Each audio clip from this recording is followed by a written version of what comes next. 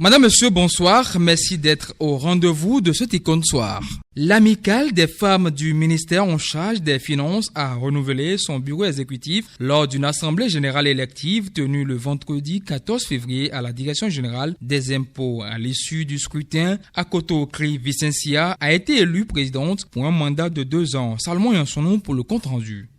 L'événement s'est déroulé en présence du directeur général des impôts, Nicolas Yenossi, et du conseiller technique du ministère de l'économie et des finances, Abibo Tigani. La rencontre a permis de dresser le bilan des actions menées et d'élire une nouvelle équipe dirigeante. Honuta Ousoué Dorsi, deuxième vice-présidente sortante, a rappelé les objectifs de l'amicale, mettant en avant les actions sociales et les campagnes de sensibilisation contre le VIH. Après validation du rapport d'activité du mandat précédent, le processus électoral a été conduit par un présidium. Un bureau de 17 membres a été élu avec Akoto Okri Vicencia à sa tête. Dans son discours, la nouvelle présidente a exprimé sa gratitude et affirmé sa volonté de renforcer la coopération entre les membres. Le directeur général des impôts et le conseiller technique du ministère de l'économie et des finances ont salué l'engagement de l'amicale et encouragé la nouvelle équipe à poursuivre ses efforts. Avec cette nouvelle gouvernance, l'amicale des femmes du ministère en charge des finances s'engage à promouvoir la solidarité et l'épanouissement des femmes, aussi bien sur le plan professionnel que social. Les occupants des zones sur les lignes haute tension de la SB2E à Godomé sont sommés d'évacuer. Jacques Ayadji, ministre conseiller, a sensibilisé les résidents sur les risques mortels encourus, rappelant qu'il est interdit de rester sur les pylônes. L'évacuation est exigée avant le 1er mars 2025. Les occupants de l'emprise des lignes haute tension de la SBE à Godomé, dans la commune d'Abomey-Calavi, ont été sommés d'évacuer les lieux. Le ministre conseiller en charge d'infrastructure, Jacques Ayadji, a effectué samedi 15 février une descente dans cet arrondissement et a sensibilisé les citoyens installés sous les lignes de haute tension sur le danger qu'ils courent. Sur place, le ministre conseiller a souligné que quand la haute tension agit, ça n'électrocute pas, ça calcine. En rappelant qu'il est interdit de rester sous les pylônes, Jacques Ayadji a donné un ultimatum aux occupants pour quitter les lieux d'ici le 1er mars 2025. Enfin, les familles déplacées suite à l'explosion survenue à Aïlawadje le 11 janvier dernier sont invitées depuis hier à rejoindre leur domicile. Le ministre Alassane Seydou l'a fait savoir dans un communiqué. Il appelle au respect des mesures de sécurité. Salomon Yansonou. Après l'explosion survenue samedi 11 janvier 2025 au quartier Aïlawadje, dans le 3e arrondissement de Cotonou, le ministre de l'Intérieur et de la Sécurité publique Alassane Seydou a appelé les familles déplacées à rejoindre leurs domiciles respectifs sans crainte à compter du dimanche 16 février 2025. À travers un communiqué signé du ministre lui-même, il a rassuré la population et fourni des instructions précises pour limiter les risques sanitaires. Suite à cet incendie, le gouvernement a rapidement déployé les unités de l'Agence béninoise de protection civile et les experts du ministère du cadre de vie pour gérer la situation et un comité interministériel a été institué. Alassane Seydou a également averti que la consommation des eaux depuis dans la zone délimitée est formellement interdite afin d'éviter toute intoxication post-incendie. Il insiste sur la nécessité de respecter scrupuleusement ces directives, appelant à un sens élevé de civisme et de patriotisme de la part des citoyens. Pour rappel, cette explosion de gaz a plongé le quartier Akpakpa Aïlawadje 1 dans une scène de chaos et de désolation, faisant 6 morts et plusieurs blessés. Et on reste toujours avec Salomon Yansonou pour parler de la nouvelle attaque dans le nord du pays. Les forces béninoises ont neutralisé 17 assaillants armés à Banikwara. Cet affrontement survient environ 1 mois après celui enregistré en janvier dernier au Point Triple.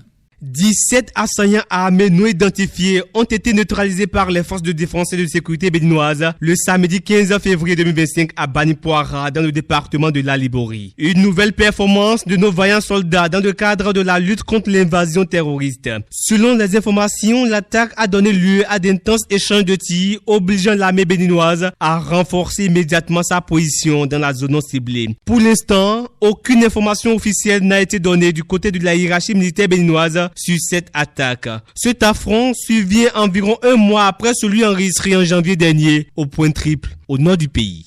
Élection sénatoriale au Togo, le parti au pouvoir a remporté 34 des 41 sièges au Sénat lors des élections du 15 janvier 2025. Les 20 autres sénateurs seront nommés par Foya Singbe. L'opposition dénonce une manœuvre pour renforcer son maintien au pouvoir. Précision avec Gaius Agboakounou. Le parti présidentiel togolais uni remporte 34 des 41 sièges du Sénat. Une étape importante dans la mise en place des institutions de la nouvelle constitution promulguée le 6 mai 2024 qui a fait basculer le Togo dans une 5e république. L'enjeu de ces élections sénatoriales du samedi dernier, selon les enseignants-chercheurs du pays, permettra de renforcer la démocratie togolaise. 89 candidats étaient en lice pour les 41 sièges à pouvoir ce samedi par les conseillers municipaux et les conseillers régionaux. Les 20 autres sièges du Sénat seront désignés par le président de la République, Foya Singbe. Cette réforme, critiquée par l'opposition, instaure un régime parlementaire où Foya Singbe, au pouvoir depuis 2005, pourra devenir président du Conseil. Le scrutin a été boycotté par plusieurs partis d'opposition, désignant un maintien au pouvoir déguisé.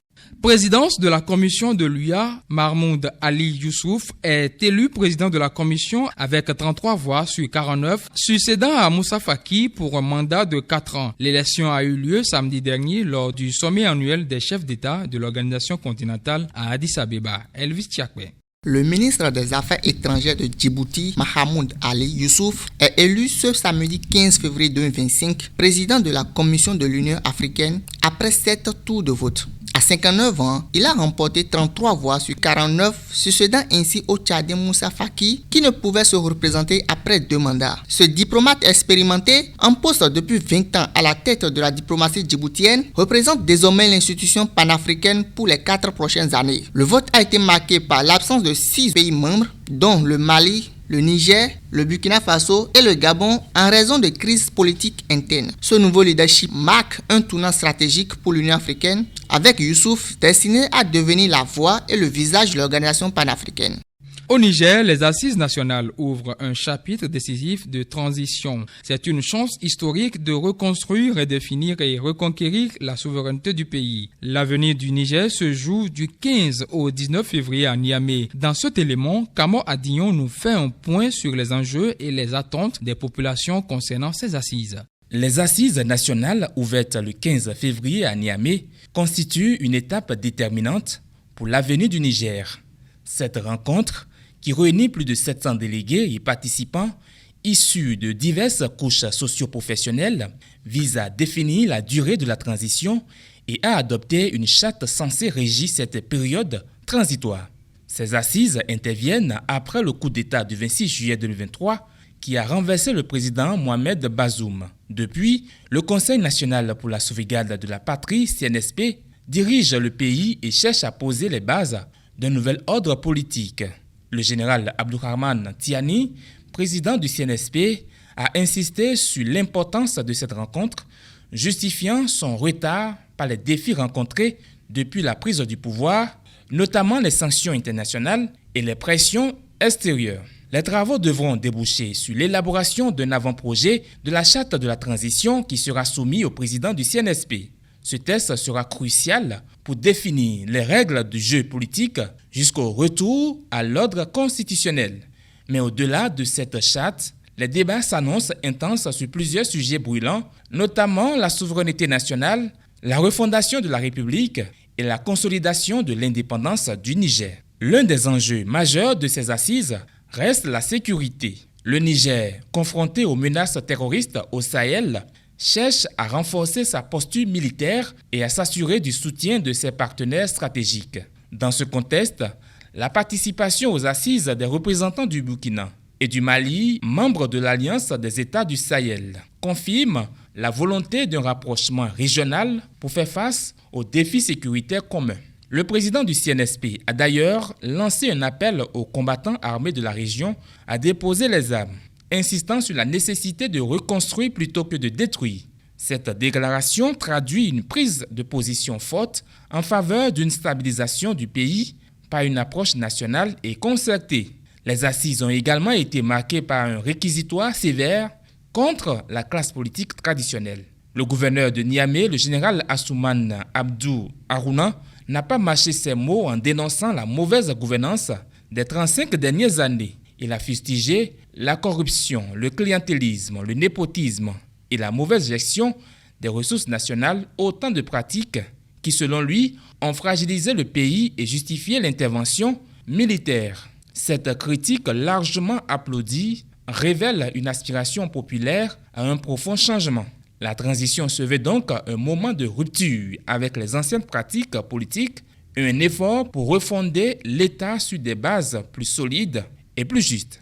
Les Nigériens attendent de ces assises des décisions concrètes et applicables. Ils espèrent notamment une feuille de route claire pour la transition, des garanties sur la transparence du processus ainsi que des engagements fermes sur la lutte contre la corruption et l'amélioration des conditions de vie. Le général Tiani a promis de prendre en compte toutes les propositions issues des débats et de les traduire en action dès la fin des travaux. Mais la réussite de ces assises dépendra avant tout de la capacité des acteurs à dépasser les clivages et à faire preuve d'un réel engagement patriotique. Si elles tiennent leurs promesses, ces assises pourraient véritablement marquer un tournant décisif pour la transition nigérienne. Elles représentent une opportunité unique de redéfinir l'avenir du pays en posant les bases d'un Niger plus stable, souverain et tourné vers l'avenir. Le général Tiani tiendra-t-il promesse? Le temps nous le dira. On parle football européen dans cette édition. Gaius Agboakounou nous fait le point des résultats des grandes rencontres de ce week-end. Ce week-end, les principaux championnats européens ont été mouvementés par des rencontres palpitantes et des performances remarquables. Voici quelques résultats de ces rencontres. En première ligue, Tottenham s'est défait de Manchester United 1-0 à domicile. Dans le même temps, Manchester City écrase Newcastle 4-0 avec un triplé de l'Égyptien Marmouche. Liverpool-Wolverhampton a fini par la victoire des Reds 2-1. Arsenal a fini vainqueur contre Leicester City 2-0 grâce à un doublé de Merino. En Liga, le Real Madrid a été tenu en échec par Osasuna dans un match nul 1-0 et l'Atlético Madrid aussi s'est accroché contre le Celta Vigo 1-0 aussi. En Ligue 1 française, le Paris Saint-Germain a été vainqueur du FC Toulouse sur la plus petite des marges 1-0. Le match Monaco contre FC Nantes a fini par la victoire époustouflante des Monégasques 7-1. L'Olympique de Marseille a écrasé l'AS Saint-Étienne 5-1 et l'Olympique lyonnais aussi vainqueur de Montpellier 4-1. En Serie A italien, la Juventus a fini vainqueur dans le choc contre l'Inter Milan 1-0. Et l'AC Milan a été vainqueur contre l'Hellas Vérone 1-0. Madame, Monsieur, ainsi prend fin ce Ticône Soir. Merci de nous avoir suivis.